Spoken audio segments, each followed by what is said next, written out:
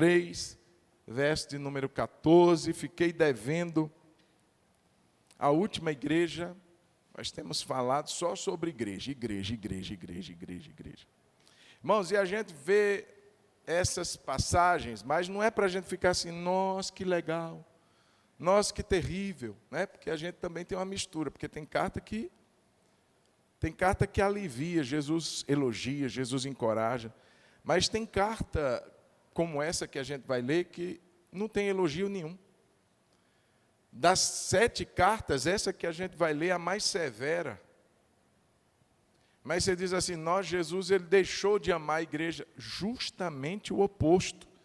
E ele diz que é porque justamente ele ama, que ele disciplina e corrige a igreja. Amém, queridos? Apocalipse capítulo 3, versículo 14. Carta à igreja em Laodiceia. Ao anjo da igreja em Laodiceia, escreva: estas coisas diz o Amém, a testemunha fiel e verdadeira, o princípio da criação de Deus. Então Jesus já começa se revelando aí quem Ele é.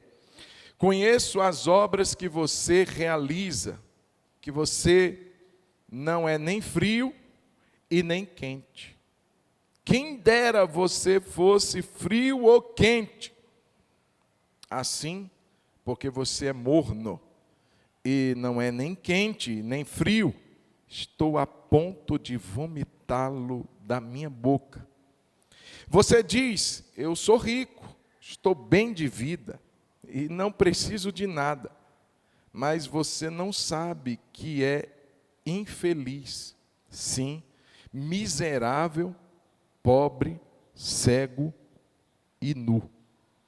Aconselho que você compre de mim ouro refinado pelo fogo, para que você seja de fato rico. Compre vestes brancas para se vestir, a fim de que a vergonha de sua nudez não fique evidente. E colírio para ungir os olhos, a fim de que você possa ver. Eu repreendo e disciplino aqueles que amo. Portanto, seja zeloso e arrependa-se. Eis que estou à porta e bato. Se alguém ouvir a minha voz e abrir a porta, entrarei em sua casa e cearei com ele e ele comigo. Ao vencedor, darei o direito de sentar-se comigo no meu trono.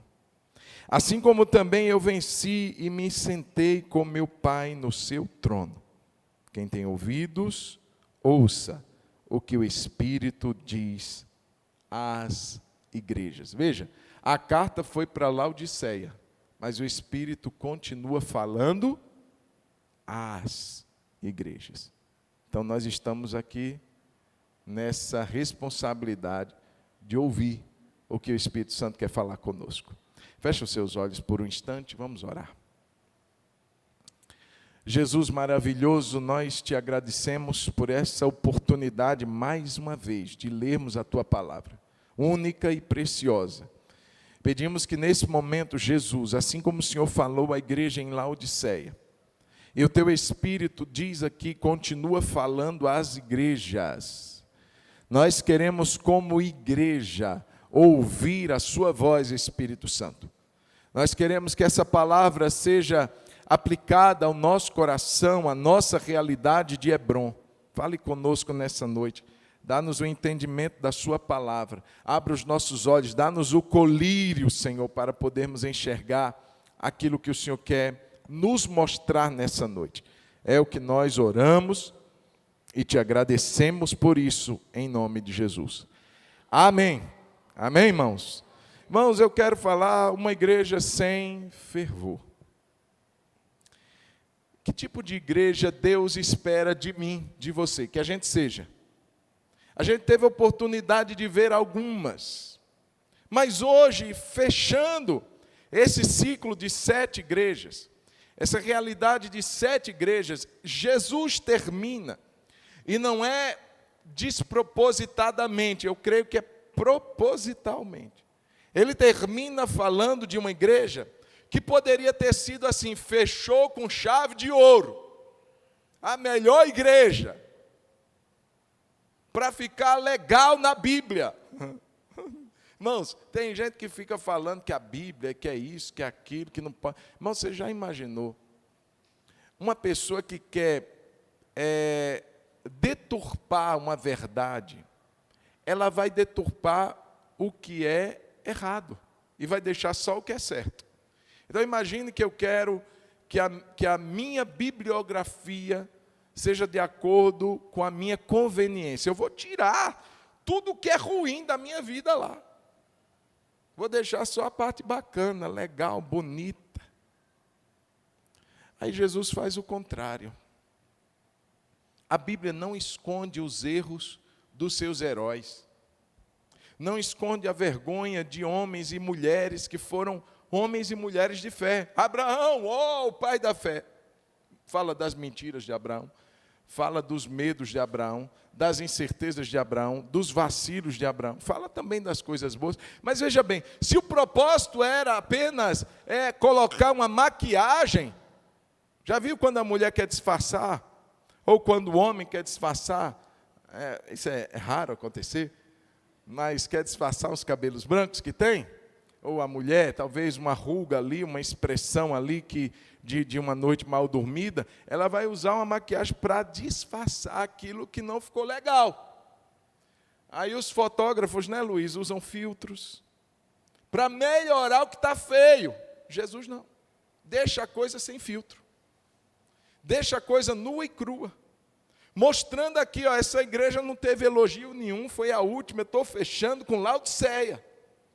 Justamente para prevenir as igrejas hoje a não caírem no mesmo problema de Laodiceia, a não caírem no mesmo risco de se tornarem uma igreja sem vida, de se tornarem uma igreja morna, de se tornarem uma igreja sem fervor.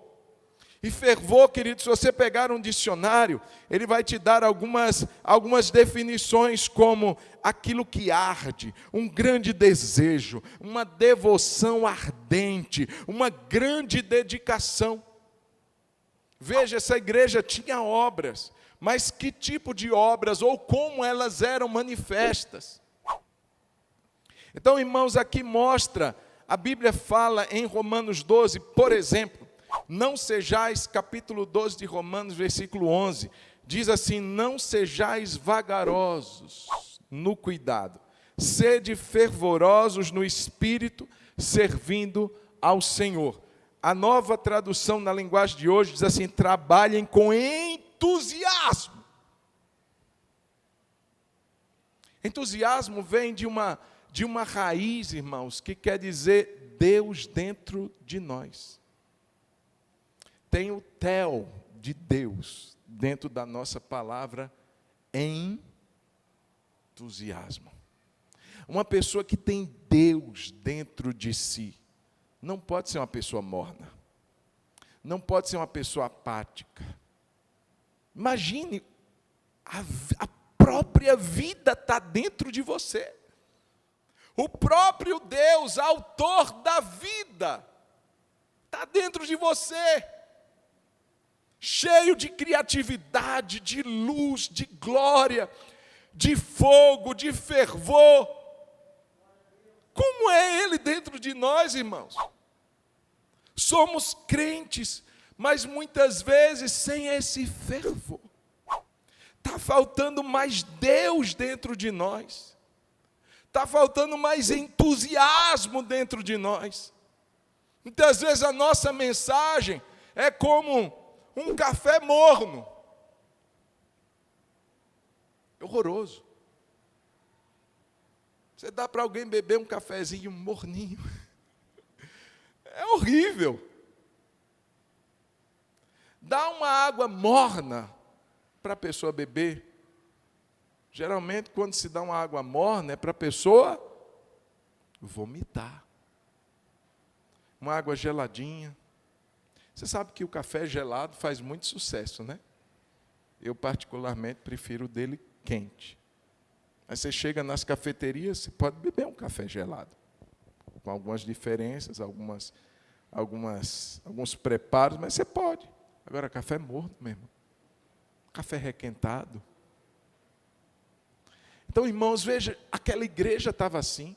Jesus olhava para aquela igreja e via uma igreja vagarosa, uma igreja sem entusiasmo, uma igreja preguiçosa, indolente, apática, sem vida. E ele está dizendo, não dá para aguentar, eu estou enjoado, eu estou com náuseas de vocês. Não dá para suportar isso. Então, fervor tem muito a ver com intensidade. Não apenas intensidade na expressão. Muitas vezes a gente está servindo a Deus e a nossa expressão deve sim ser uma expressão que mostre algo que brotou de dentro. Então, quando eu vou falar de Jesus, eu não posso falar de Jesus como se eu estivesse falando de um tomate estragado. Eu não posso falar de Jesus como se eu estivesse falando de uma comida requentada que eu estou passando para os outros. Eu não posso falar de Jesus, dar o meu testemunho de que Jesus me alcançou e desanimando a pessoa vai olhar assim, sério? Jesus é isso daí? Não quer.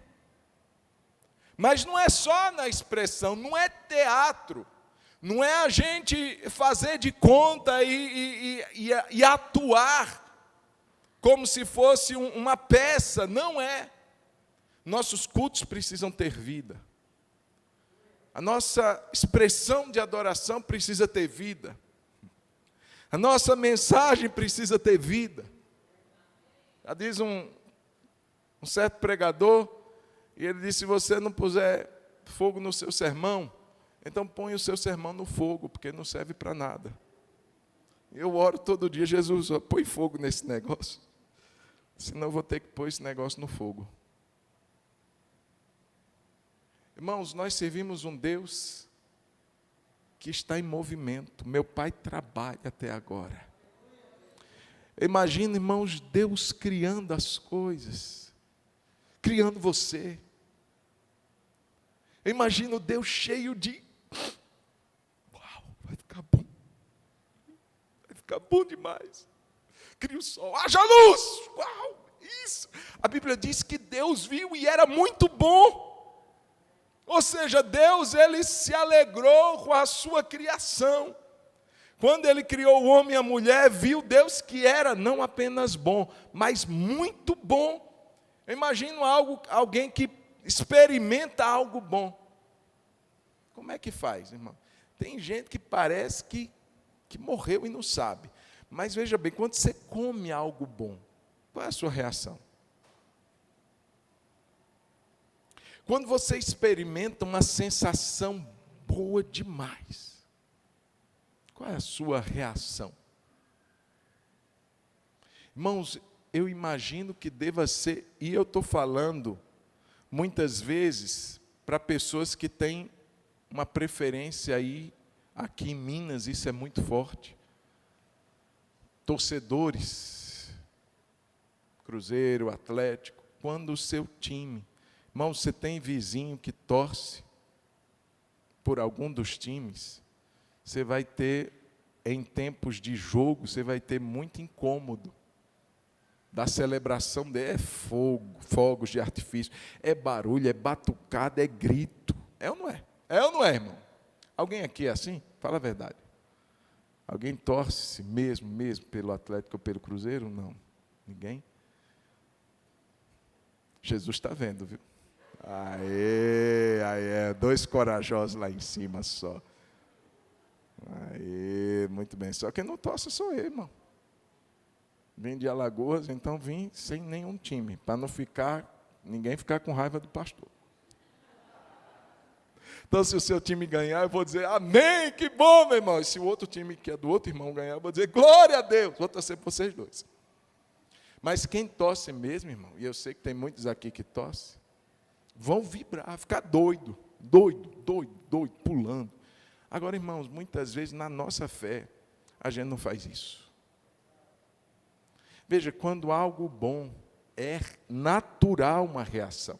O que Deus tem feito por nós precisa ser demonstrada a nossa reação com intensidade. Mas, como eu disse, não é somente na expressão, mas na motivação. Por que eu estou fazendo aquilo? Eu tenho que estar motivado, eu tenho que estar entusiasmado, eu tenho que estar, assim, realmente movido por esse fervor. E o que faltava nessa igreja? Fervor. E Jesus começa se identificando aqui quem era que estava falando sobre essa igreja. Não era qualquer um. Um líder pode falar da sua igreja e a sua versão ter equívocos, porque ele não conhece o coração, embora ele conheça os irmãos, mas ele não conhece o coração de cada um. Ele pode dar uma versão equivocada da sua igreja, ele pode valorizar demais e Jesus está dizendo, está muito, está demais, baixa um pouquinho a bola, não é isso tudo não, vocês não estão tão legais assim não. Ou pode baixar um pouquinho, e Jesus está dizendo, não, você não está vendo a beleza que eu estou vendo. O que eu quero dizer, irmãos, é que quem fala aqui tem toda a legalidade, propriedade e autoridade para falar. Ele começa dizendo assim, diz o amém. Começa aí no verso 14, o amém que está falando. A gente geralmente usa o amém para fechar nossas orações. A gente sempre termina a nossa oração com o amém. É como se a gente estivesse dizendo assim, assim seja, completando, finalizando, dando um ponto final, dizendo, está completo, Deus. Quando Jesus ensina a oração do Pai Nosso, ele termina, livra-nos do mal. Amém. Eu estou rindo porque não tem aquela história, mas não vou contar não. Vou contar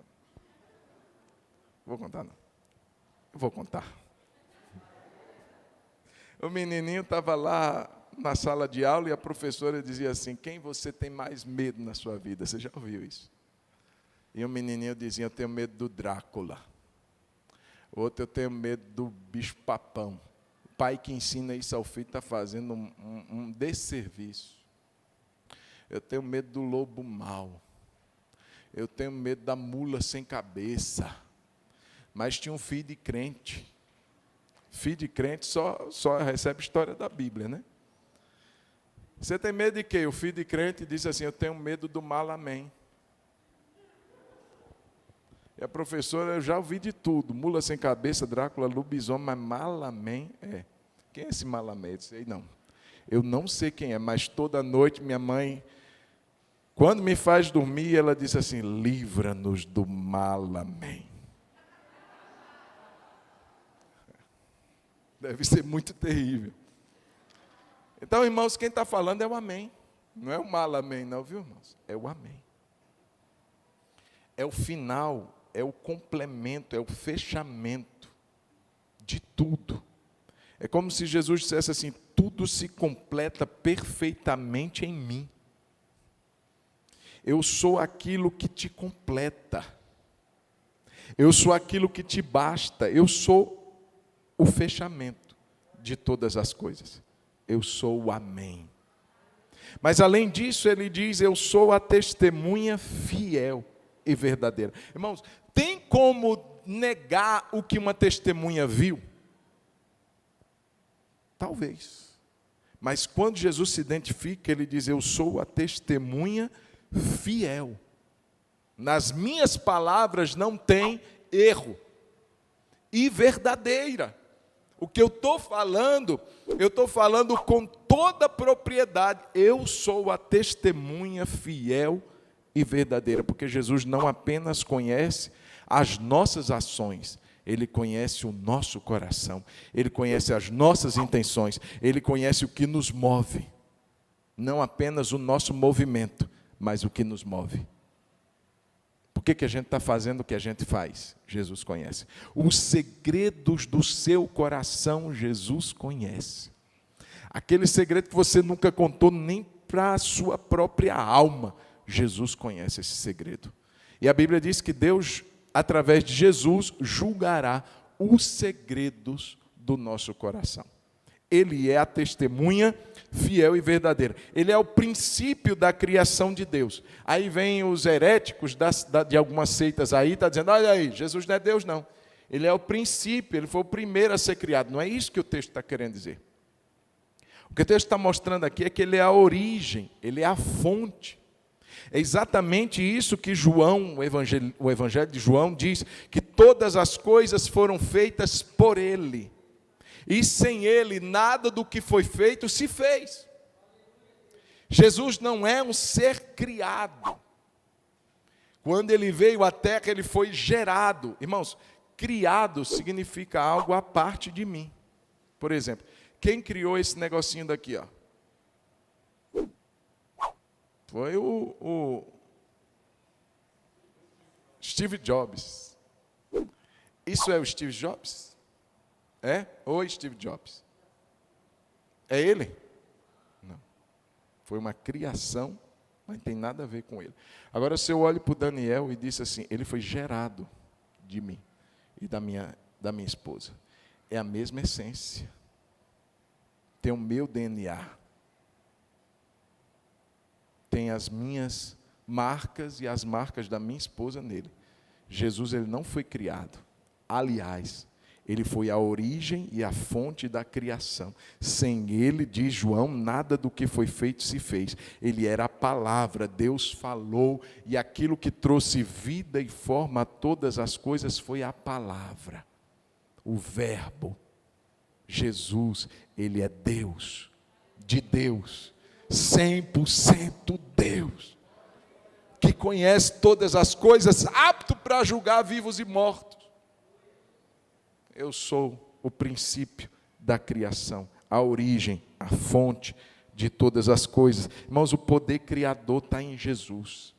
O poder transformador está em Jesus, isso é muito lindo. Porque falar para uma igreja que estava capengando assim, pode parecer, será que tinha solução para essa igreja? É claro. A gente está tratando de alguém que criou todas as coisas, que deu vida a todas as coisas. Alguém com um poder incrível de fazer algo do nada. Existem duas expressões que definem criação no Gênesis. Uma que define criação a partir de alguma coisa. Então nós temos a matéria-prima. Eu vou fazer uma obra a partir do que já existe. Eu vou fazer uma casa a partir do tijolo que já existe. E o tijolo que já existe veio de um outro material que já existe. O homem foi criado a partir de um material que já existe, do pó da terra. Mas, irmãos, a criação de Deus não só foi a partir do que já tinha criado. Deus cria a partir do nada. Não tinha matéria-prima nenhuma. Deus disse, haja luz. Não tinha matéria-prima nenhuma. Ele disse assim, as águas. Não tinha matéria nenhuma. Deus começou a dar forma, vida a todas as coisas. Nenhum homem faz isso. Todo homem é limitado na sua criação. Todo homem. Vou usar umas gambiarras, vou usar o que tem e vou criar alguma coisa. Mas Deus não. Ele cria do nada. Ele traz à existência as coisas que não existem, como se elas já fossem. Então, irmãos, eu estou falando daquele que diz assim, eu estou vendo o seu problema, mas eu quero dizer que o recurso para resolver o seu problema, eu também tenho. Eu sou a origem e a fonte da criação de Deus. Eu tenho o poder de criar, de transformar, de mudar, de reverter, de fazer de novo, de desfazer. Eu faço tudo como me apraz. Esse é o nosso Deus, irmãos. Poderoso Deus, digno de glória, digno de honra, é o nosso Deus. O princípio, a origem da criação de Deus. Aleluia. Agora ele vai trazer o diagnóstico. Já que eu sou a testemunha fiel e verdadeira. Eu conheço as suas obras. Verso 15. Vamos ler lá. E você não é frio e nem é quente. Quem dera você fosse frio ou quente. Assim porque você é morno e não é quente nem frio, estou a ponto de vomitá-lo da minha boca. Você diz, sou rico, estou bem de vida e não preciso de nada, mas você não sabe que é infeliz, sim, miserável, pobre, cego e nu. Irmãos, é interessante quando a gente vai ler sobre essa região de Laodiceia. Era uma região que não tinha suprimento de água, capaz de suprir, de abastecer a cidade. Então a água vinha de fora para Laodiceia. Vinha de cidades próximas para Laodiceia. E diz alguns estudiosos que existia uma fonte numa cidade próxima, que era uma fonte termal, era uma fonte de águas quentes. E essa cidade, ela supria Laodiceia naquilo que ela precisava de água. Só que ela saía quente. E até chegar a Laodiceia, ela vinha por dutos, por canos de pedra. Eram 8 quilômetros de percurso, de maneira que a água que saía quente, o nome da cidade é Denizli. A água que saía quente de Denizli chegava em Laodiceia morna. 8 quilômetros. Não dava para beber.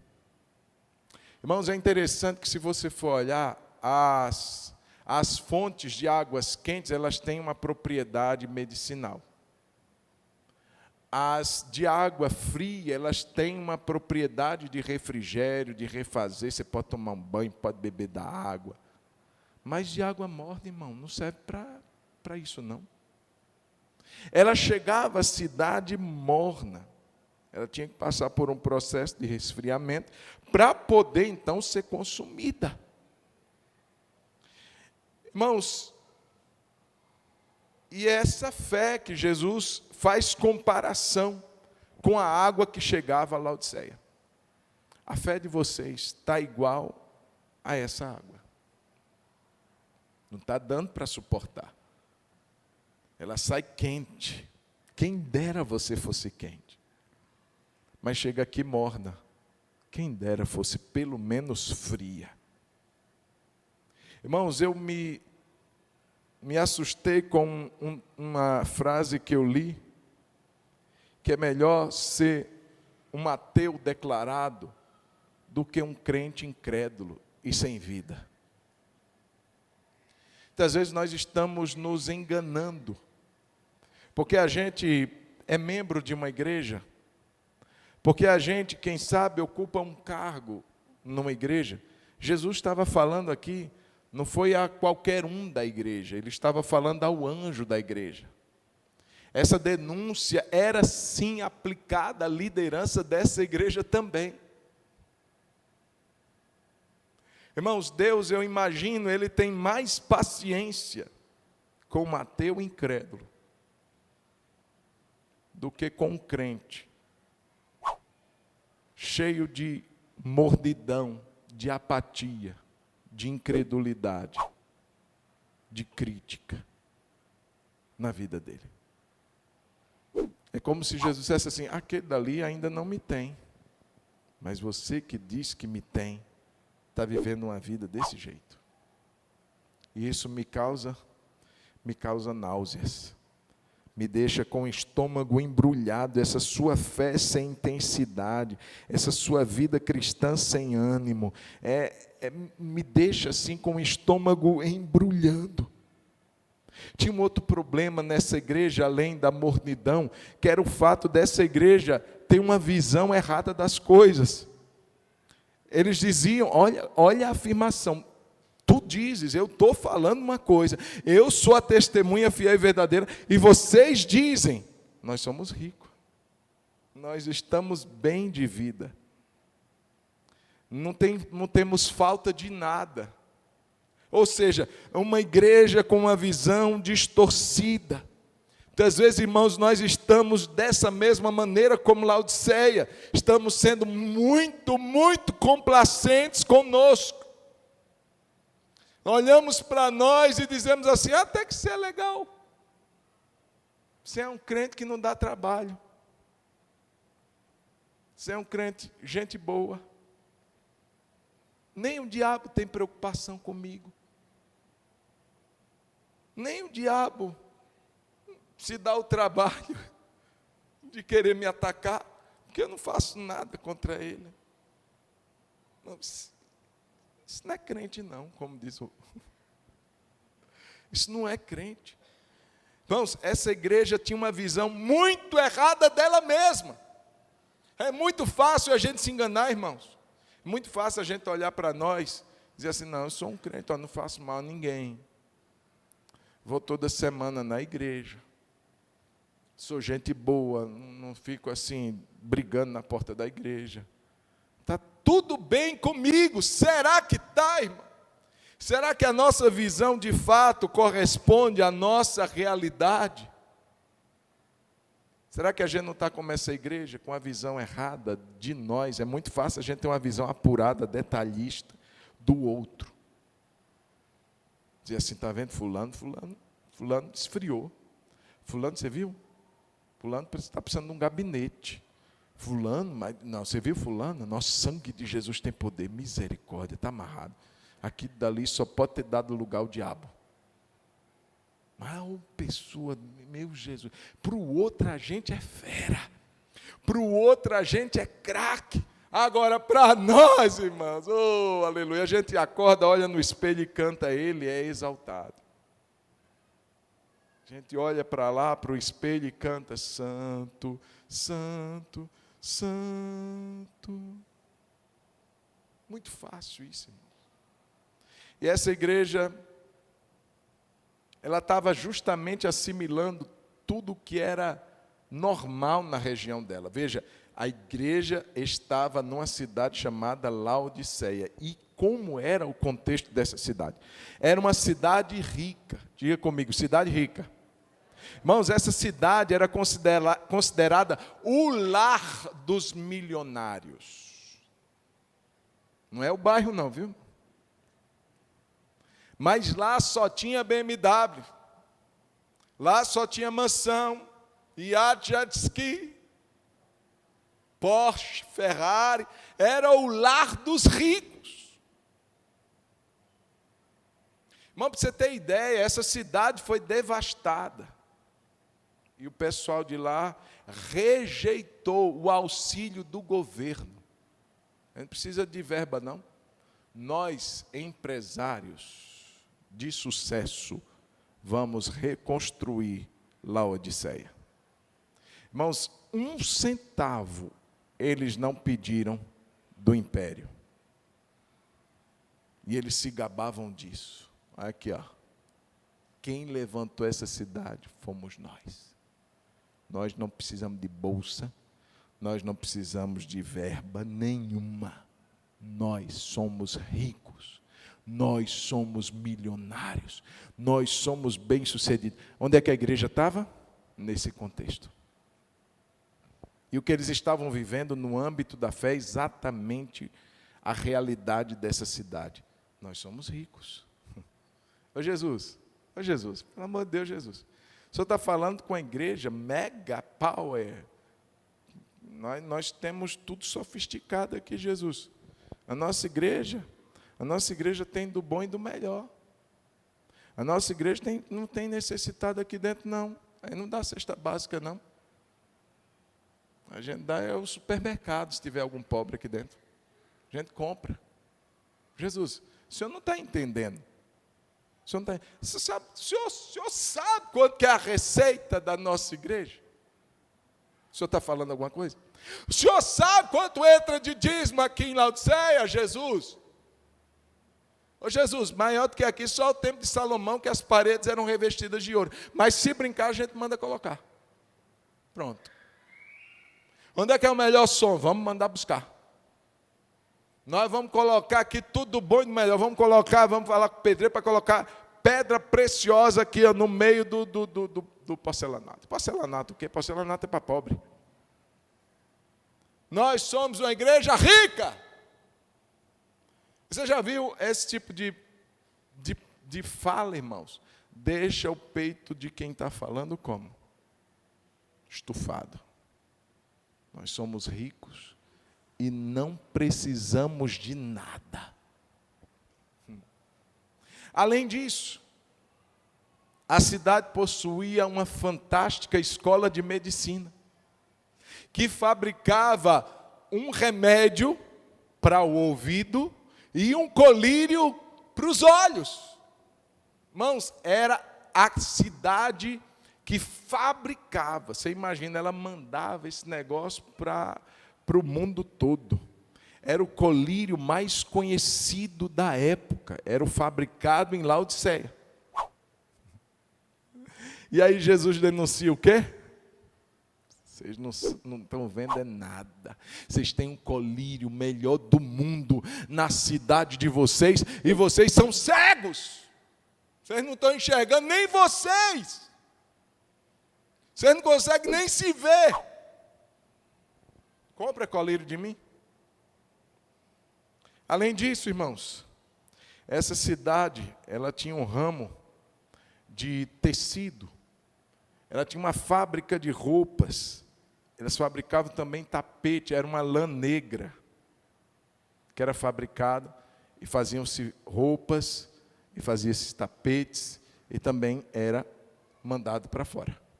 Então tinha uns empresários bacanão ali no ramo da lã escura, da lã negra. E Jesus disse assim: vocês estão nus, vocês não sabem, mas eu vejo vocês nus. Vocês não têm roupas adequadas para comparecer à minha presença. Compra vestes brancas de mim. Se veste adequadamente para entrar na minha presença.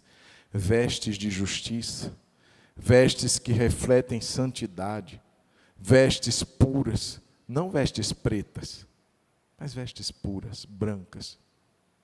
Irmãos, em suma, essa igreja era uma igreja sem fervor, mas olha que coisa, não tinha perseguição, como outras igrejas. Não tinha ninguém no encalço de Laodiceia, não tinha ninguém falando mal, perseguindo, matando os irmãos lá, não tinha ninguém. Não tinha nem heresia, não tinha falso mestre, não tinha imoralidade na igreja, não tinha. Tem alguém em pecado aí, irmão? Tem alguém fazendo coisa errada aí? Não, tem não. Eu estou tranquilo. Irmãos, olha que coisa. Mas tinha algo que nas outras igrejas não tinha. Apatia. Aquela igreja estava morna. Sabe, quando você faz, você vem, mas não tem vida. Essa igreja estava autoconfiante. E essa autoconfiança que eles tinham gerava um engano, porque eles se achavam bacanas demais. E estava extremamente satisfeito. Irmão, presta atenção. No dia que a gente sentar e dizer assim, estou bem demais, você pode ter certeza que está tudo ruim. No dia que eu olhar para a minha fé e me satisfazer como eu estou, e achar que já não tem nem mais espaço para eu crescer, eu estou pior do que quando eu não tinha Jesus. No dia que eu me senti satisfeito como igreja, no dia que a gente olha, nossa, olha como a gente está. Olha aí, nós estamos aí com uns projetos bacanas, né? Legal, nós somos demais. Falar no projeto, a irmã Gislene está esperando, junto com o Bom Samaritano, aí as doações, tá? De brinquedos, para levar para o Lar Efatá. Se você não trouxe, traga. Mas, irmãos, eu quero dizer que a gente não pode ficar como esses crentes aqui. Estamos bem. Pastor, até que eu estou orando, estou lendo a Bíblia, glória a Deus, estou me sentindo, eu acho que eu não preciso mais nada. No dia que a gente começar a se sentir confortavelmente crentes, a gente está morno. A gente está morno. E Jesus diz assim, tem muita gente naquele dia que vai estar enganado lá. Mateus 7, Verso 21 ao 23 diz assim: nem todo que me diz Senhor, Senhor, entrará no reino dos céus, mas aquele que faz a vontade de meu Pai que está nos céus. Muitos, ele não diz poucos, ele diz muitos, naquele dia vão me dizer: Senhor, Senhor, olha, nós em teu nome profetizamos, e em teu nome expulsamos demônios, e em teu nome fizemos muitos milagres. Verso 23 vai dizer: então lhes direi claramente, eu nunca vos conheci, ou nunca conheci vocês, afastem-se de mim, vocês que praticam o mal. Veja, irmãos, Jesus não desmentiu. Jesus assim, ser bando de mentirosos, vocês não expulsaram demônio nenhum, vocês não fizeram milagre nenhum, vocês não profetizaram nada. Não, Jesus não desmente. Significa dizer que tudo que eles falaram aconteceu. Eles dizem em nome de Jesus: ô Zé Pilinta, capiroto e bando de endemoniado, enfesado, sai! E saía. E oraram e gente foi milagrosamente curado. Teu nome fizemos muitos milagres. O que é que Jesus vai dizer? Sei quem vocês são, não. Nunca conheci vocês. Veja, gente enganada naquele dia. Enganada. Mas quem enganou? Ela mesma se enganou. Ela mesma se enganou com os feitos que ela julgou, que ela fez. Nada foi feito por eles. O texto está dizendo: em teu nome. Quem faz tudo é Jesus. Amém? Tudo dele, por ele, para ele, são todas as coisas a ele, glória. Tem nada que ficar com o peito inchado, dizendo: está vendo, eu orei. E a coisa, pastor, quando eu oro, o que é que tem? Pastor, mas quando eu prego, e daí? Você não faz nada, meu irmão. Eu não faço nada, meu irmão. O nome é de Jesus. O diabo não teme nome de pastor João, não. Não teme seu nome, não. Ele teme o nome de Jesus. É o nome que está acima de todo nome. O nome diante do qual todo joelho se dobrará e toda língua confessará: Jesus, tu és o Senhor. E o Pai será glorificado. Para finalizar, o que é que a igreja tem que fazer? Primeira coisa, é tão lindo, verso 18. Ele diz assim, estou finalizando, mas eu quero que você acompanhe: aconselho que você compre de mim. Veja bem, Jesus poderia ordenar, mas ele não ordena, ele aconselha. Jesus não é ditador. Jesus, ele trabalha como um pai trabalha com o filho. Ele não quer uma obediência servil, ele não quer uma obediência obrigatória, ele não diz: eu te ordeno. Não, ele diz assim: eu te aconselho. Ouve o que eu estou para te dizer. Compra de mim. Quando ele diz assim, compra de mim, ele está mostrando para aquela igreja que aquela igreja não era suficiente nela mesma. Você não tem o que você precisa, não, Laodiceia. Você acha que você tem colírio, você não tem nada. Você acha que você tem uma fábrica que produz roupa, você está nua. Você acha que você é rica, você é miserável e pobre. Você não tem nada. Compra de mim ouro. Eu tenho verdadeiro ouro para te enriquecer. Aliás, compra colírio de mim também, para você poder enxergar. Eu quero dizer, irmãos, que não existe colírio melhor do que a palavra de Deus. Quando a gente, irmãos, em Cristo Jesus, pelo poder e pela iluminação do Espírito, a gente começa a ler a palavra. Ah, meu irmão, aquilo é um colírio para os nossos olhos. A gente começa, assim como Isaías, a enxergar algumas coisas que a gente não enxergava antes. No ano da morte do rei Uzias, eu vi o Senhor. E ele estava sentado no alto e sublime trono. E a orla das suas vestes enchia um templo. E serafins estavam por cima dele, cada um tinha 6 asas, com 2 voavam, com 2 se cobriam. E ele vai colocando em detalhes o que ele estava vendo, mas de repente ele diz: ai de mim. Além de ver a Deus, Isaías conseguiu se ver. E ao invés dele se ver como profeta do Senhor, ele se vê como miserável. E ele diz: ai de mim, porque eu sou um homem de lábios impuros, e habito no meio de um povo de impuros lábios, e os meus olhos viram o Rei. Colírio, colírio. Para ver o Senhor, sim, mas para se ver também, para se enxergar também. Compra colírio de mim, Laodiceia. Além disso, compra roupa também. Vocês estão despidos, vergonhosos. Vocês não podem entrar na minha presença assim. Vocês não podem entrar na presença do Rei sem roupa. Compra roupa. Compra vestes brancas, para você entrar na minha presença. Irmão, Jesus se coloca, o Dias Lopes, ele coloca Jesus aqui como mercador espiritual, como aquele que está dispondo seus produtos que são indispensáveis à igreja, para você continuar sendo igreja. Compra o meu ouro, compra o meu colírio e compra as minhas roupas. Eu estou vendendo para você. Só que além de entender que os produtos que Jesus está dispondo são essenciais, o preço, meu irmão, o preço é de graça. Jesus não cobra por isso.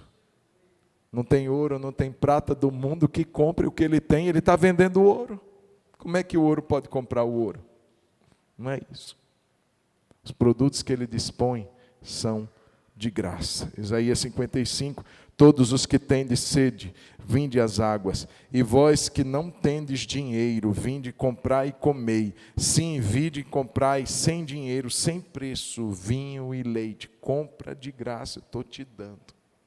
Você tem que vir aqui. Você está se achando despido. Suas vestes, sua vida não está compatível com a minha presença. Vem cá, eu tenho vestes brancas para te dar. Talvez sua visão está embaçada, está distorcida. Vem cá, eu vou te dar um colírio. Você vai buscar de mim, você vai poder enxergar com o colírio que eu estou te dando. E você que ainda é um miserável, embora você talvez esteja com a sua carteira cheia, com sua poupança abarrotada, mas espiritualmente você ainda é pobre, você é miserável. O ouro que vai te enriquecer, eu vou te dar.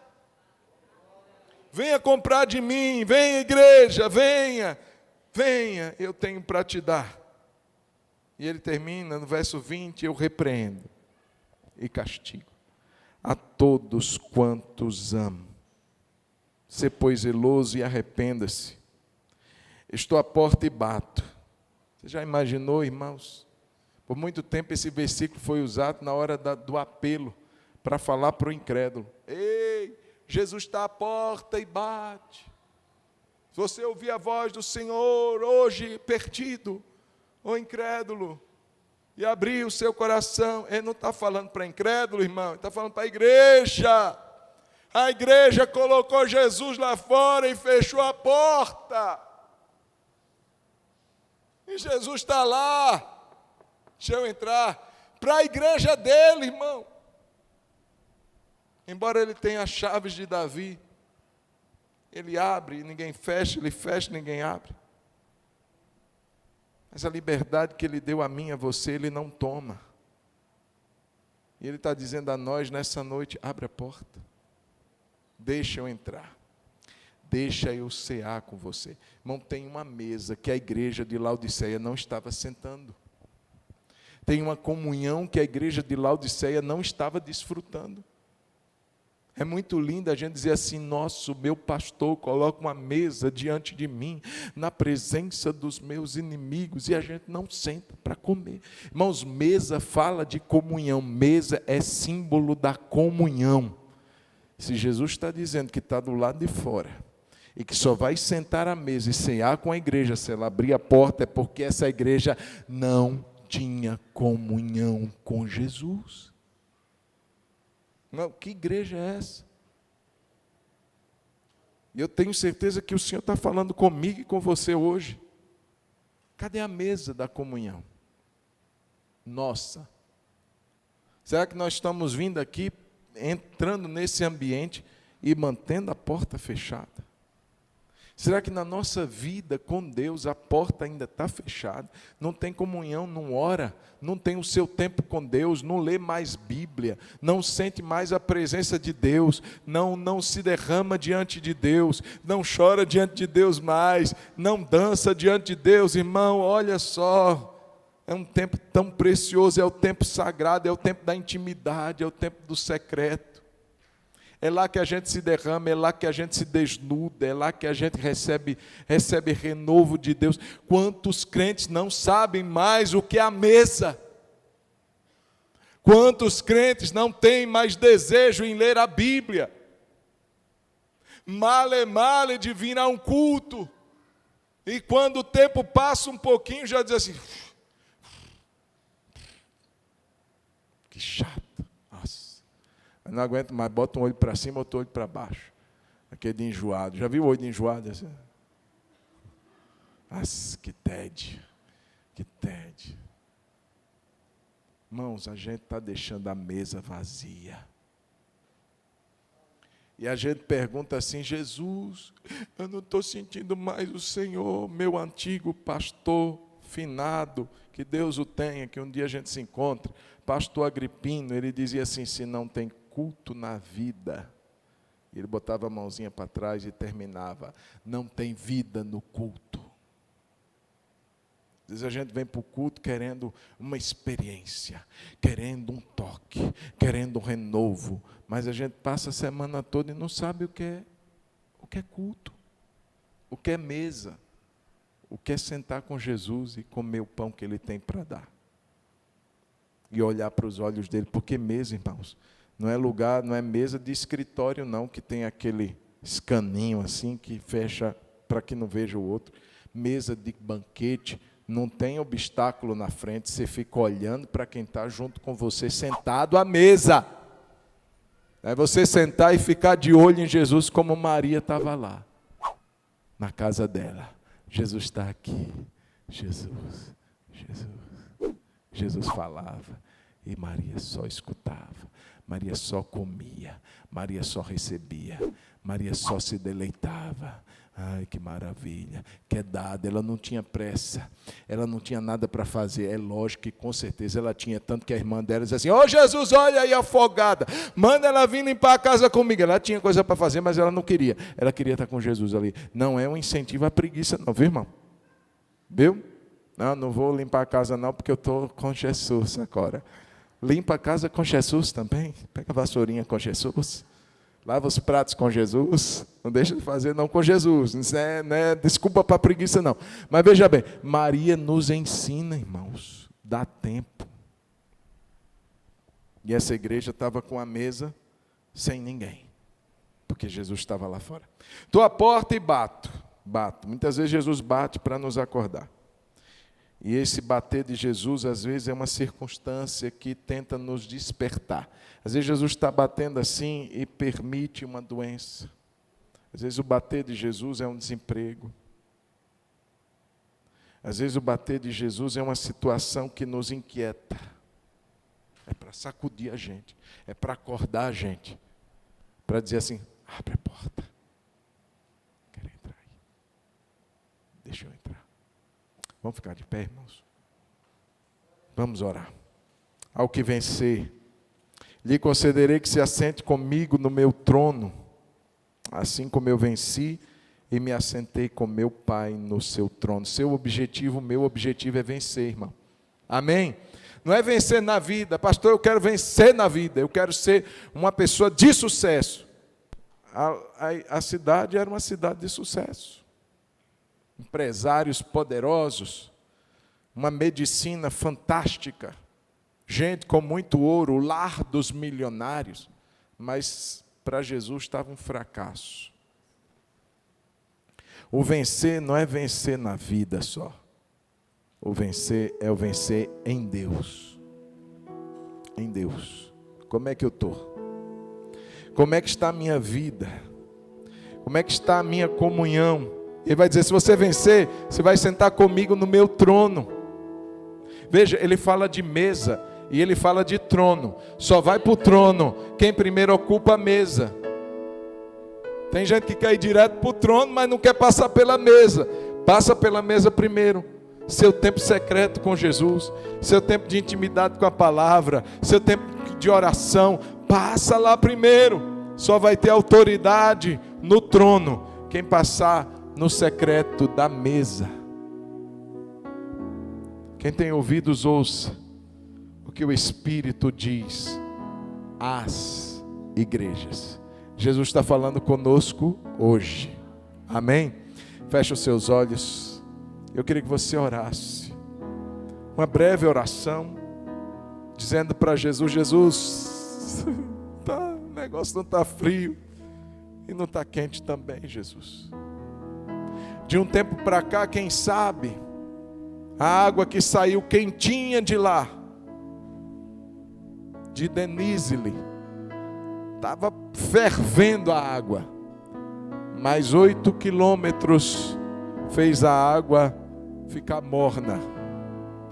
Quem sabe, querido, você olha para o tempo que você aceitou Jesus e diz: Jesus, como eu era quente, Jesus, eu era fervoroso, fervorosa, eu me derramava, me quebrantava, acordava de madrugada, lia a Bíblia, jejuava, eu era alguém ativo, eu era alguém cheio de entusiasmo, cheio de vida. E hoje,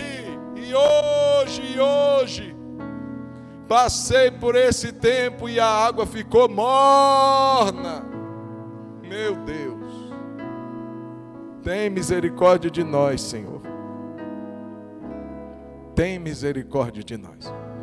E o pior é quando a gente olha e diz assim: está tudo legal, está tudo bem, eu sou rico, eu não preciso de nada. E Jesus está dizendo: você não está entendendo nada, inocente. Você é miserável, você é pobre, você está cego, você está nu. Faz isso não. Eu te amo, minha filha, eu te amo, meu filho. Vem comprar aqui, eu tenho ouro para te dar, eu tenho colírio para te ungir, eu tenho vestes brancas para te vestir. Oh, meu Deus, fala com Jesus aí, nós vamos orar daqui a pouco. Os irmãos têm uma canção. Aleluia. Senhor, eu não sou nada diante do teu poder, nem merecedor do teu imenso amor. Através do teu filho tenho livre acesso a ti, que me fez chegar aos teus pés, me humilhar diante de ti.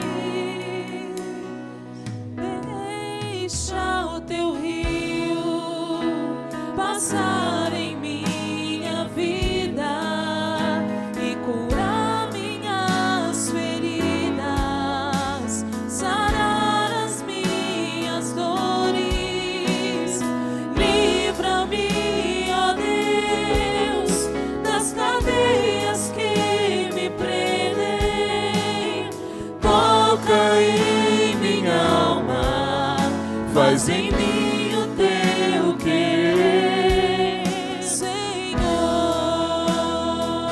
Oh, Deus. Deixa o teu rio, Sim, Senhor. passar em minha vida. Oh, Deus, vem e curar minhas feridas, sarar as minhas dores. Livra-me, ó Deus, das cadeias que me prendem. Toca em minha alma, faz em mim o teu querer, Senhor. Oh, Pai, nós oramos ao Ti. Nós oramos nessa noite, Senhor, e reconhecemos, Senhor, que não somos nada sem o Senhor.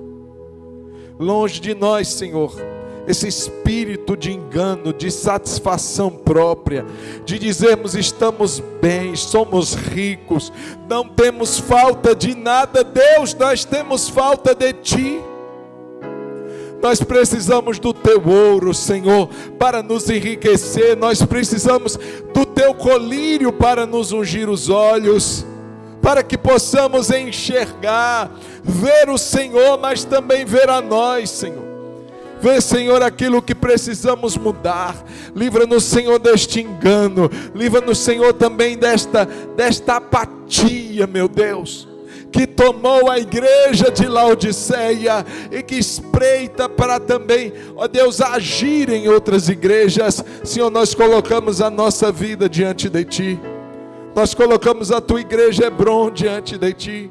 Nós colocamos a nossa vida diante de Ti e clamamos: tenha misericórdia de nós, Senhor. Senhor, nessa noite, nós reconhecemos que precisamos que o Senhor nos faça voltar a ferver, a arder, a queimar novamente por Ti, Senhor. Talvez, Senhor, o percurso da vida nos esfriou. Talvez olhando para trás e olhando para hoje, percebemos que o que era quente se tornou morno hoje. Por isso nós clamamos a Tua misericórdia, Senhor, nessa noite. Ó Espírito Santo, Tu és o fogo que desceu no dia de Pentecostes. Por isso eu te peço, Espírito Santo, com este mesmo fogo, vem nessa noite colocar o nosso coração para ferver novamente, Senhor. Faz o nosso coração novamente arder. Faz o nosso entusiasmo, Senhor, aumentar. Meu Deus, não queremos uma vida seca, não queremos uma vida morna, não queremos uma vida apática, mas queremos, Senhor, em nome de Jesus, Senhor, estar com o nosso coração ardendo. Não é somente servir ao Senhor, é servir ao Senhor com alegria. Tem que ter um entusiasmo, tem que ter vida. Por isso nós oramos nessa noite, Senhor. Faz isso em nós. A nossa suficiência não está em nós mesmos. Não temos recursos para isso. Os nossos recursos estão em Ti, Jesus. Foi o Senhor que disse: compra de mim, eu que tenho para você, igreja. É o Senhor que tem para nós. Oh, aleluia. Nessa noite, Jesus, nós ouvimos o Senhor bater. Nós ouvimos o Senhor chamar o nosso nome. Alabarabacanda, alabaçu. E nós queremos abrir a porta, Jesus. Tem uma mesa, Senhor, tem uma mesa. É uma mesa de 2 lugares, meu irmão. Jesus diz: eu cearei com ele e ele comigo. Nessa mesa só tem 2 lugares. Um é o de Jesus, o outro é o seu, é o meu. Jesus está dizendo: deixa eu entrar. Tem 2 lugares aí nessa mesa, eu vou sentar no lado. Mas eu te peço que você sente do outro. Senta, filho. Senta à mesa, filha. E come do que o Senhor tem colocado todos os dias para você. Aleluia. Deus, gera em nós fome, gera em nós sede, e que o nosso coração, Senhor, seja farto da Tua presença. É o que nós te pedimos em nome de Jesus. Levante sua mão e diga comigo: Senhor Jesus, aquece o meu coração. Eu te peço isso, porque eu sei, Senhor, que eu tenho a tendência de ficar morno, de esfriar. Ah, meu Deus, livra-me deste mal. E nessa noite eu te suplico, aquece novamente o meu coração, Senhor, e que eu possa me assentar nesta mesa, eu e o Senhor, para me alimentar de Ti, em nome de Jesus. Amém. Amém, amém, amém. Fecha essa oração com um amém bem bonito, irmão. Amém, Ele é o amém, amém, amém. Irmãos, nós íamos dar o testemunho, mas pela hora nós vamos deixar para domingo, tá bom? Vamos agradecer a Deus por essa noite. Obrigado, Deus querido, por esse tempo que aqui passamos. Agora eu te peço que assim como chegamos, voltemos também, seguros, guardados, livres de todo mal. Leva cada um de volta para a sua casa, Senhor. E dá uma noite abençoada, em nome de Jesus. Que o amor de Deus, o nosso Pai, a graça de nosso Senhor Jesus e a consolação do Espírito Santo seja sobre você, sua casa e sobre todo o povo de Deus na terra, hoje e para sempre. Amém e amém. Deus te abençoe. Vá em paz em nome de Jesus. Os líderes dos aliançados, por favor, nós vamos reunir lá naquela sala do antigo